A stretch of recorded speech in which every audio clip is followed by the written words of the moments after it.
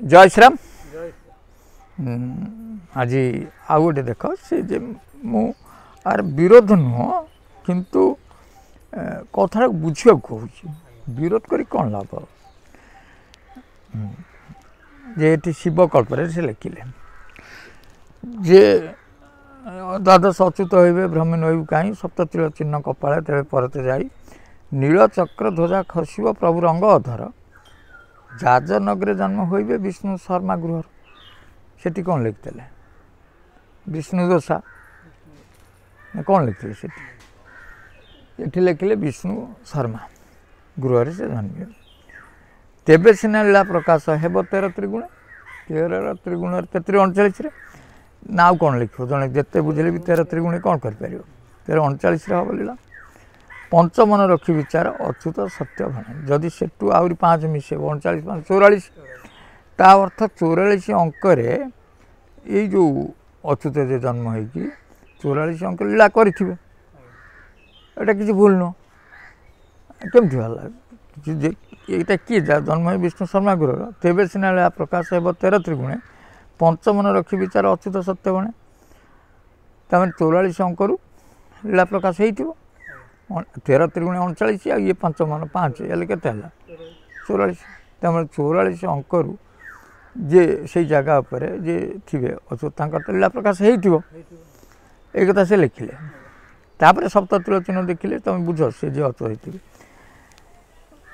ताले एवं आपको आम ठीक तत्व गोटे बुझेदवा है कि जे 13 त्रिगुण कौन ना 13 त्रिगुण 39 नुह 13 को त्रिगुण द्वारा धरवा 13 है कि सहस्रा तक क्या द्वारा धर 13 त्रिगुणे पंचमन रखी विचार पंचमन रखी विचार जे पंचमन रखिकी विचार से 5 मन को रखिकी विचार कर विचार अच्युत सत्य भणे जे यही को कहली 13 को जाना हेल्ले त्रिगुण द्वारा से जाओ आ पंचमन को सांगर नहीं जाओ जे पंचमन को जब एक कर ये 5 को जब एक कर आउ त्रिगुण द्वारा तुम 13 को जापर ताल लीला प्रकाश हम एक कथा भी से लिखिले यहीटा केते दूर सत्य ये गोटे पढ़ी देखा देख से 13 निर्घंट शिवकल्प से लिखिले 17 1313 4 लेख 17 1313 4 लेख ऋतु ओलटाई लिखिन शिख बिंदु बसाई पंचमात्रा दियो कलिर काल पुणी कर भक्त जन्म हेबे अपारु अपार अप्रीति हेब संसार लोकर दुष्ट जन को भय करुथे शाक कंदमूल दिन बंचे जो कथा लिखिले जे 17 1313 4 लेख ऋतु ओलटाई लिखिन शिख 17 1313 पुणी 4 लेख कौन आर अर्थ कौन जे जदि आम देखा जे 17 1313 1313 आउ 17 मिसले 1330 आदि आउ 4 मिसेब 1334 बुझे जे 1334 गोटे लिखिले 17 1313 पुणी 4 जे 17 1313 4 है ना के 34 कौन 34 आसी 1334 बर्तमान चलती 1331 कौन 1331 साल अंक नुह साल ये 1331 साल चलती आपको जदि मिसामिशी करवा ये हूँ 1334 साल देखा तापर ऋतु ओलटाई लिखिन शिख ऋतु को जदि ओलटाई दबा है कि ऋतु को ओलटाई लिखिन शिख शिखा पड़ो जे 6 को जदि आम लिखा ओलटेले 9 हम 6टा एमती जो टिके दाग दिया लिखा होपट जो नहीं गले 9 हो जाए कौनटा होनी कि तो 9टा केम लिखा हो न आसो ताने ये 34 पुणी भी 9 मिसई पार 34 9 43 हो गला तो 1343 साल बेलू ये घटना घटवे देखा बहरे लिखिले बिंदु स्थापी बिंदु ऊर्धर दियो बिंदु स्थापी बिंदु ऊर्धर दियो विसर्ग किली अधे लिभाओ नहीं ये पेठी रहीगला गला हाँ बिंदु बसाई पंचमात्रा दियो कली काल पुणी कर देख जे एबे आउ देखो ये बिल्कुल तत्व कथा को जीव है कि ये आसब ना तत्व को देखिले 17 दुईटा संख्या मिसेले केते 8 1313 संख्या मिसेले ये जो 1313 3 1 4 3 1 4 1313 सी है 8 ताल आम 88 पाइले 88 पर जार विचार 88 पर जार विचार 8 8 अध्याय कर लिखिं ताल आम 17 माने 8 1313 माने 8 ताल आम ये 44 आंगुली है आउ 4 आंगुली गले ये 88 है 88 उपर आउ जो 4 आंगुली रहा ता ऊपर 4 लेख से कहूना 1313 ना 17 1313 4 लेख ता ऊपर भी 4 लेख ऋतु ओलटाई लिखिले शिख ऋतु बोले 6 ओलटाई लिखिले कौन हम शुली काठ मारिदेम चपड़ा तत्व बुझौ चंद्रबिंदु हम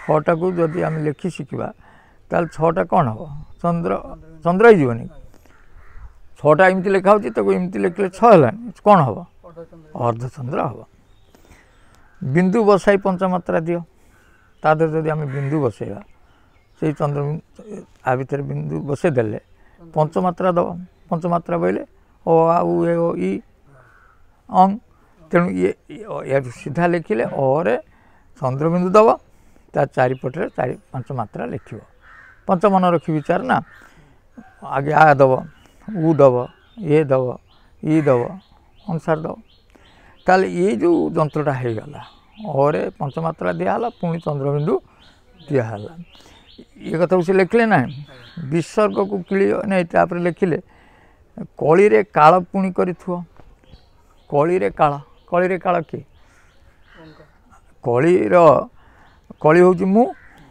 मु जो कली जुगे कौनटा कली जुग माने मु चार ताल से मु को विनाश कर किए ओंकार स्वरूपटा अर्धऊर्ध मध्य अर्धमात्रा बिंदु तेणु ये जो जगह रहा जो तुम यही मात्रा को जब बुझी और पंचमात्रा दब पुणी चंद्रबिंदु रही से तापर कौन रख ना ओंकार को रख आ कौनटा केते सहज बुझे और पंचमात्रा दे चंद्रबिंदु थी तापर ओंकार स्थापन हम ये तत्व बुझे ये लिखिदेले हेनी बा किए कहीदेले हेनी या गुरु संपूर्ण भाव में बुझेदेवे एटा से लिखिं से 17 1313 4 लेख ऋतु ओलटाई लिखिन शिख बिंदु बसाई पंचमात्रा दियो कली रे काल पुणी कर कलीर काल है ओंकार को सीटी रख ये कथा बुझेले ताल तो सब पाइबे ना ना यहाँ करवा दरकार ना ना यही कथा से लिखिले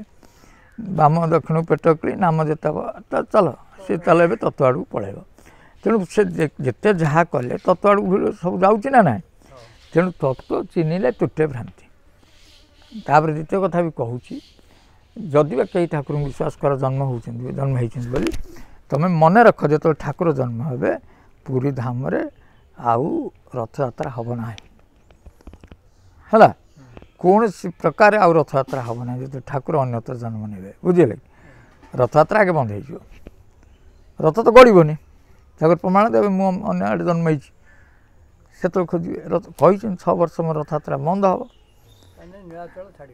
है नीलाचल एवं कौन लोक कोटी कोटी जाऊँ जो ठाकुर जन्म होती से डिक्लेयर कर कहूना ठाकुर ये आसी कहीं लोक जी कहीं जी जब सोदर एमती ठाकुर पलि आउ एक से अनुभव कर सारी कह डिक्लेयर कर कि ना डिक्लेयर कौट करेंगे जगन्नाथ धाम को जीव जे ठाकुर स्वयं आसीगले से जाऊन सेठी गले किए विश्वास न कर से धाम जदि से पंडा पड़ियारी राजा शंकराचार्य मानिगले ये ठाकुर गुण कला देखिक सब तो लोक से मानवे असुविधा कौन अच्छे एत जगह बुल कह से पलि जाऊनि कहीं आउ गोटे कथा मन रख ठाकुर कौटी मंत्र जंत्र ना जे तुम्हें माधव नाम कहले ठाकुर तुमको छाड़े बा रामतारक कहले छाड़े बा कृष्णकर मंत्र कहले छाड़े बा महामंत्र कहले छाड़े एमती ठाकुर से नुह सबू मंत्र जंत्र से संपूर्ण भाव से ब्रह्मस्वरूप तेणु किए जो नाम गले भी से नाम ग्रहण करेंगे सेठी कौन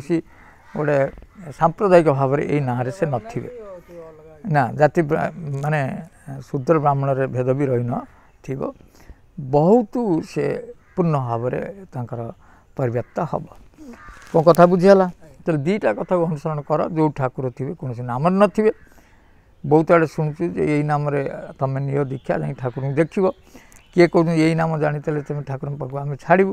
ତେଣୁ ସେ ଠାକୁର ନୁହନ୍ତି। ଠାକୁର ଗୋଟେ ନାମରେ କେମିତି ବନ୍ଧା ହେଲେ?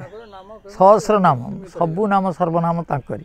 ସେ କେମିତି ମାଧବ ନାଁରେ ସେ ତୁମେ ଛାଡ଼ିବ, ଆଉ ରାମ ନାଁରେ ଛାଡ଼ିବ, କୃଷ୍ଣ ନାଁରେ ଛାଡ଼ିବନି, ଏଇ କଥା କେଉଁଠି ହେବନି ନା। ପରା ଅପରାର ଭାବ ରହିବନି ନା, ପରା ପ୍ରକୃତି ରହିବନି କି ଅପରା ପ୍ରକୃତି ରହିନଥିବ। ତେଣୁ ସେ ଯେଉଁ ଭାବ ବା ଅଦିତ ଭାବ ଥିବ, ଆଉ ସେ ଜନ୍ମ ହେଲେ ରଥଯାତ୍ରା ବନ୍ଦ ହେବ, ଆଉ ସେ କୌଣସି ନାମରେ ନାମିତ ହେଇ ନଥିବେ। ଅତ୍ୟନ୍ତ ଦୁର୍ଲଭ କଥା। ଆଉ କଥା ବୁଝିହେଲା। ଆଜି ଗୋଟେ ଛୋଟିଆ କାହାଣୀ କହୁଛି, କେତେ ସମୟ ହେଇଛି? 10 ମିନିଟ୍। ତାହେଲେ କାହାଣୀଟି ଗୋଟେ ବଢ଼ିଆ କଥା ଯେ ମଣିଷ ନିଜକୁ ଅହଙ୍କାରୀ କରେ, ଅହଙ୍କାର ଭାବେ ଯେ ଧନ ଆସିଗଲେ ଅହଙ୍କାର, ଜନ ଆସିଲେ ଅହଙ୍କାର, ସ୍ୱାଭାବିକ ଆସେ। ଅହଙ୍କାରଟା ଗୋଟେ କିଛି ଥିଲେ ତ ଅହଙ୍କାର କରିବ, ଜ୍ଞାନ ଥିଲେ ବି ଅହଙ୍କାର କରିବ। କିନ୍ତୁ ସେ ଅହଙ୍କାରକୁ ବିନାଶ କରିବାର ଗୋଟେ ସରଳ ଉପାୟ ତ କହୁଛି, ଗୁରୁ ନ କର। କିନ୍ତୁ ପ୍ରଥମେ ଦେଖିବ ତମେ ଆସିଥିଲ ଲଙ୍ଗଳା, ଏତେ ସବୁ ଜିନିଷ ଦେଇଛି କିଏ? ଯାହା ଦେଇଛନ୍ତି, ଯାହାକୁ ଭଲ ମନ୍ଦ ଭାବରେ ଯେତେ ଭାବରେ ଦେଇଛନ୍ତି, ତମେ ତ ନେଇକି ଆସିନଥିଲ। ଠାକୁର ତାକୁ ଦେଇଛନ୍ତି ନା ନାହିଁ? ସେ ଜିନିଷ କାହାର? ଠାକୁର। କାହିଁକି ଦେଇଛନ୍ତି? ନା ତମେ ଭୋଗ କରିବା ପାଇଁ। ତମର ନୁହଁ, ସେଟା ଠାକୁର ଦେଇଛନ୍ତି। ଯଦି ତାକୁ ତମର କହିକି ମାଡ଼ି ବସିଲ, ତାହେଲେ ତମେ ଛାଡ଼ିବାକୁ କଷ୍ଟ ହେବ। ମୋତେ ଠାକୁର ଦେଇଛନ୍ତି, ମୁଁ ଏଇଟା ଭୋଗ କରୁଛି, ଫେର ମୁଁ ପଳେଇବି, ସେ ଜିନିଷ ରହିଲା, ଠାକୁର ଫେର ଆଉ କାହାକୁ ଦେବେ। କିନ୍ତୁ ଆମେ ମୋର କହିକି ମାଡ଼ି ବସିବାରୁ ଆମକୁ ଅହଙ୍କାରଟା ରହୁଛି। ଏ କାହାଣୀଟି ଶୁଣିଲେ ଭଲ ଲାଗିବ। ଜଣେ ରାଜା ଅପୁତ୍ରିକ ଥିଲେ, କିନ୍ତୁ କନ୍ୟାରତ୍ନ ଥିଲା, ଝିଅଟି ଥିଲା। ଯେତେବେଳେ ତାଙ୍କ ପ୍ରାପ୍ତ ବୟସ ହେଇଗଲା, ବାର୍ଦ୍ଧକ୍ୟ 60 ବର୍ଷ କି ହେଲା, ସବୁ ମନ୍ତ୍ରିମଣ୍ଡଳ ପଣ୍ଡିତ ବର୍ଗ କହିଲେ ମହାରାଜ ଗୋଟିଏ ପୋଷ୍ୟପୁତ୍ର କରନ୍ତୁ, କାରଣ ଆପଣ ମୋତେ ସେ ରାଜା ହେବେ। ରାଜା କହିଲେ ଠିକ୍ ଅଛି, ମୁଁ ଉତ୍ତରାଧିକାରୀ ଏଭଳି ବାଛିବି ନାହିଁ। ମୁଁ କାଲି ପ୍ରଭାତରେ ମାନେ ଭ୍ରମଣ କରୁଥିଲା ବେଳେ ମୁଁ ଯାହାକୁ ପ୍ରଥମେ ଦେଖିବି ସେଇ ପିଲାକୁ ଆଣିବି ବା ସେଇ ଯୁବକକୁ ଆଣିବି, ସିଏ ମୋର ଉତ୍ତରାଧିକାରୀ ହେବ। ତେଣୁ ଏକଥା ତୁମେ କେଉଁଠି କହିବନି, ମୁଁ ଭ୍ରମଣ କାଳରେ ମୁଁ ହିଁ ଯାହାକୁ ଦେଖିବି ପ୍ରଥମେ। ତେଣୁ ସେ ତା ପରଦିନ ଦେଖିଲେ ଯେ ଗୋଟେ ଚିରା ପ୍ୟାଣ୍ଟ ସାର୍ଟ ମଡ଼େଇକି ଗୋଟେ ଯୁବକ ଛିଡ଼ା ହେଇଥିବା। ସେ ତାକୁ ନେଇ ଆସିଲେ, ରଥରେ ବସେଇ, ଯୁବକ ଥିଲେ। ତାପରେ ଆଣି ତାଙ୍କୁ ରାଜକୀୟ ଅବସ୍ଥାରେ ସବୁ ଗାଧା କରିକି ତାଙ୍କୁ ରାଜବେଶ ପୋଷାକ ପିନ୍ଧେଇକି ତାଙ୍କୁ କହିଲେ ତୁମେ ମୋ ପରେ ରାଜ ଅଧିକାର କରିବ ବା ରାଜ୍ୟ ସମ୍ଭାଳିବ ବା ରାଜା ହେବ। କିନ୍ତୁ ଆଉ ଗୋଟେ ସର୍ତ୍ତ, ତୁମେ ମୋ କନ୍ୟାକୁ ବିବାହ ହେବ। ଅର୍ଥାତ୍ ରାଜାଙ୍କର ଝିଅ ଥିଲା, ସେ ତା ସହିତ ବିବାହ କରିଦେଲେ। ରାଜା ଥିଲା ପରେ ତ ରାଜା ହେଲେ। ରାଜା ଯେତେବେଳେ ବାର୍ଦ୍ଧକ୍ୟ ଆସିଗଲା, ଚାଲିଗଲେ, ରାଜା କିଏ ହେଲେ? ଏଇ ପିଲା ଆସିଥିଲା। ସେ ତ ରାଜା ହେଲେ, ଇଏ ରାଜାଙ୍କ ଠାରୁ ବହୁ ଗୁଣବନ୍ତ ହେଲେ, ଧର୍ମବନ୍ତ, ପ୍ରଜାବତ୍ସଳ, ସତ୍ୟ, ଶାନ୍ତି, ଦୟା, କ୍ଷମା, ଆଚରଣ, ବଡ଼ ବଡ଼ ରାଜ୍ୟ ଯୁଦ୍ଧ କରି ଆୟତ୍ତକୁ ଆଣିବା, ଏମିତି ଚକ୍ରବର୍ତ୍ତୀ ରାଜା ବି ହେଇଗଲେ। ହେଲା ନା ନାହିଁ? ଇଏ ମନ୍ତ୍ରିମଣ୍ଡଳ ଦେଖିଲେ ବାଟରୁ ଗୋଟିଏ ଆଣିଥିବା ଗୋଟେ ଛୁଆ, କୌଣସି ଗୋଟେ ରାଜବଂଶର ପିଲା ନୁହେଁ ବା କୌଣସି ଗୋଟେ ସମ୍ଭ୍ରାନ୍ତ ବଂଶର ପିଲା ନୁହେଁ, କିନ୍ତୁ ଏତେ ପରାକ୍ରମ, ଏତେ ଗୁଣ କେମିତି ଆସିଲା? ସେ ରାଜାଙ୍କଠାରୁ ଆହୁରି ବଳବାନ, ଆହୁରି କୀର୍ତ୍ତିବାନ, ଆହୁରି ଯଶବାନ, ଆହୁରି ପ୍ରଜାବତ୍ସଳ, ଏତେ ଗୁଣ କେଉଁଠୁ ଆସିଲା? ତେଣୁ ସେ ପଣ୍ଡିତ ବର୍ଗ ବା ତାଙ୍କର ଯେଉଁ ମନ୍ତ୍ରିମଣ୍ଡଳ ଆଙ୍କୁ ଅନୁସରଣ କଲେ, ଇଏ କେଉଁଠୁ ଏ ଜ୍ଞାନଟା ପ୍ରାପ୍ତ ହେଉଛନ୍ତି, କେଉଁଠୁ ଗୁରୁ କରିଥିବେ, ନହେଲେ ଏଗୁଡ଼ା କେମିତି ମାଲୁମ ହେଉଛି? ତେଣୁ ତାଙ୍କ ପ୍ରତ୍ୟେକ ଜୀବନକୁ ଭଲ ଅନୁସରଣ କଲେ, ଦେଖିଲେ ଯେ ବିଶେଷତ୍ୱ ଗୋଟେ ରହୁଛି ଯେ ଗୋଟିଏ ଛୋଟିଆ ପ୍ରକୋଷ୍ଠ ଘର ଅଛି, ବଡ଼ ତାଲାଟେ ଝୁଲୁଛି। ସେ ତାଙ୍କର ସେଇ ଘର ତାଲାକୁ ଖୋଲିବେ, ତାରି ଭିତରେ 5 ମିନିଟ୍ 7 ମିନିଟ୍ ରହିକି ପଳେଇ ଆସନ୍ତି। 5-7 ମିନିଟ୍ର କଥା ତା ଭିତରେ ରହନ୍ତି, ପଳେଇ ଆସନ୍ତି। ତାପରେ ପୁଣି ସେଇଟା ତାଲା ପଡ଼ିଯାଏ, ଚାବିଟା ହିଁ ରାଜାଙ୍କ ପାଖରେ ରୁହେ। ଏଇଟାକୁ ସେ ଅନୁଭବ କଲେ, ସେଇ ଘରେ ସେ କିଛି ଜ୍ଞାନ ପାଉଛନ୍ତି। ନିଶ୍ଚିତ କୌଣସି ଦେବତା ଥିବେ ବା ଧ୍ୟାନ କରୁଥିବେ ବା କୌଣସି ଗୋଟେ ଶକ୍ତି ସେଠି ପ୍ରାପ୍ତ ହେଉଛନ୍ତି। ଏ କଥା କିଏ କହିବ କିଏ ରାଜାଙ୍କୁ? ତେଣୁ ସେ ରାଣୀକି କହିଲେ। ରାଣୀ କହିଲେ ତାଙ୍କରି ରାଜାଙ୍କ ଝିଅ, କହିଲେ ଆପଣ ଟିକେ ରାଜାଙ୍କୁ ପଚାରନ୍ତୁ ସେଇ ଘରଟା କାହିଁ ଖୋଲୁଛନ୍ତି, 5-7 ମିନିଟ୍ ବସୁଛନ୍ତି କି କ'ଣ କରୁଛନ୍ତି, ପୁଣି ଆସୁଛନ୍ତି। ଆଉ ଆମେ ବି ଦେଖୁଛୁ ମହାପରାକ୍ରମଶାଳୀ, ଆଉ ବିଭିନ୍ନ ଗୁଣବନ୍ତ ହେଇଛନ୍ତି, ଗୁଣ ଅଛି। ଏମିତି କଥା ଛଳରେ ଥରେ ରାଜକୁମାର ତାଙ୍କୁ କହିଲେ ଯେ ମହାରାଜ ଆପଣ ସେ ଘରଟାକୁ କାହିଁ ଯାଉଛନ୍ତି, 5 ମିନିଟ୍ 3 ମିନିଟ୍ 7 ମିନିଟ୍ ରହୁଛନ୍ତି। ସେ ହସିଲେ, କହିଲେ ନାଇଁ କିଛି ସେମିତି ନାହିଁ ତା ଭିତରେ। କହିଲେ ନାଇଁ ମୁଁ ଜାଣିଛି ଆପଣଙ୍କର ଯେଉଁ ଗୁଣ ସେମିତି କିଛି ନଥିବ, କିନ୍ତୁ ମୋତେ ଚାବି ଟିକେ ଦେବ, ମୁଁ ସେ ଘର ଖୋଲିକି ଦେଖିବି। ରାଜା ହସିଲେ, କହିଲେ କିଛି ନାହିଁ, ମୁଁ କହୁଛି କାହିଁକି ଦେଖିବ? କହିଲେ ନାଇଁ ଦେଉନାହାନ୍ତି, ମୁଁ ସେ କିଛି ନାହିଁ ଟିକେ ଦେଖେ। ଏଥର ଚାବିଟି ଦେଲେ। ଚାବିଟି ଦେଲା ପରେ ସେ ପଳେଇଲେ କାର୍ଯ୍ୟରେ। ଇଏ ମନ୍ତ୍ରିମଣ୍ଡଳକୁ ନେଇକି ପଣ୍ଡିତ ଘରକୁ ନେଇକି ସେ ଘରଟାକୁ ଖୋଲିଲେ। ଖୋଲିଲା ପରେ ଦେଖିଲେ କିଛି ନାହିଁ, ସେ ଯାହା କହିଥିଲେ, କିନ୍ତୁ କଣରେ ଗୋଟେ ଟିଣା ମାଂସ ଥିଲା। କହିଲେ ଦେଖ ଦେଖ ତା ଭିତରେ ଯଦି କ'ଣ ଧନ ଫନ ସେ ସନ୍ତୁଷ୍ଟ ହୋଇ କରିବେ। ସେ ବଡ଼ ଟିଣା ମାଂସଟାକୁ ଖୋଲିକି ଦେଖିଲେ, ଯେଉଁ ଚିରା ଜାମା ଜିରା ପ୍ୟାଣ୍ଟ ମଡ଼େଇକି ସେ ଆସିଥିଲେ, ଓହ୍ଲେଇ ଦିଆହେଇକି ତାଙ୍କୁ ରାଜ ପୋଷାକ ପିନ୍ଧେଇ ଦିଆହେଇଥିଲା, ସେଇ ଜାମା ଆଉ ପ୍ୟାଣ୍ଟଟି ପଡ଼ିଛି, ଆଉ କିଛି ନାହିଁ। ଏଥିରେ କିଛି ବିଶେଷତ୍ୱ ନାହିଁ। ଆଉ ଏଇ ଜାମା ପ୍ୟାଣ୍ଟ ସେ ପିନ୍ଧିକି ଆସିଥିଲେ, ତାପରେ ରାଜା ହେଲେ, ଆଉ ତ କିଛି ନାହିଁ। ତାପରେ ତାଲା ପକାଇଦେଲେ, ପଳେଇ ଆସି ରାଜାଙ୍କୁ ଚାବି ଦେଲେ। କହିଲେ ମହାରାଜ କିଛି ନାହିଁ ସେ ଘରକୁ ଆପଣ କାହିଁକି ଯାଉଛନ୍ତି? କହିଲେ ନାଇଁ ନାଇଁ ସେଇଥିରେ ସବୁ ଅଛି ନା। କହିଲେ କାହିଁ ଆମେ ତ କିଛି ଦେଖିଲୁନୁ। କହିଲେ ସେଇଥିରେ ମୋର ସବୁ କିଛି ଅଛି। କହିଲେ କ'ଣ? ନା ମୋ ଜନ୍ମ ବା ମୋର ଆରମ୍ଭଟା ସେଇ ଛିଣ୍ଡା ଜାମା ଛିଣ୍ଡା ପ୍ୟାଣ୍ଟରୁ ହେଇଥିଲା।